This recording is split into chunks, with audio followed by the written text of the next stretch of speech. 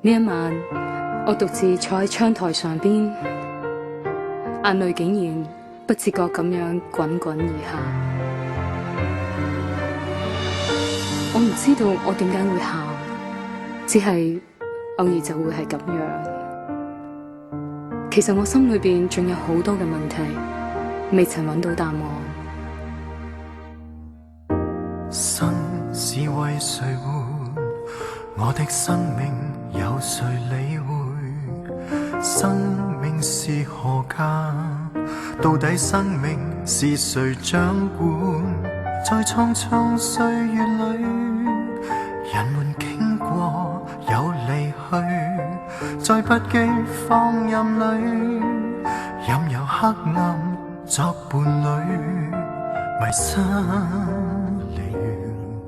我已被遺忘了，滿是絕望，滿是眼淚，試問有誰知曉？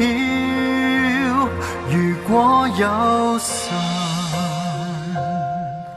你在意嗎？可否讓我能嘗到一點關心加一點愛？如果有神，你願意麼？尋找一個迷路半生的我。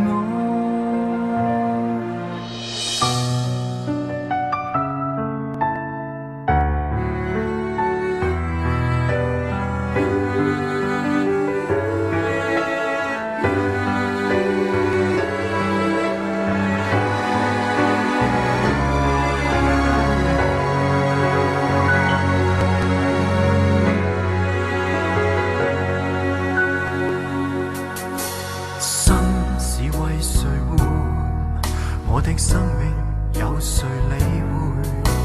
生命是何價？到底生命是誰掌管？在匆匆歲月裏，人們經過有離去，在不羈放任裏，任由黑暗作伴侶，迷失了，我已被遺忘了，滿是絕望，滿是眼淚，試問有誰知曉？如果有神，你在意嗎？可否讓我能嘗到一點關心加一點愛？如果有神，你願意麼？尋找一個迷路半生的我。其實，如果我知道生係為邊一個而活，我嘅心就唔會再難熬。如果我知道喺我生命裏邊有人理會，我就唔會孤獨地哭泣。如果我知道匆匆嘅歲月裏邊有人願意一直嘅同行，我就唔會再放任。如果我與黑暗為伴，有人會為我痛心，我就會立志與光同行。但係今日我落喺絕望、破損、失落嘅裏邊，又有邊一個能夠將我生命燃點起來呢？全因有神，你就是那光，燃點起我，離聚氣黑暗的束縛。全因有神，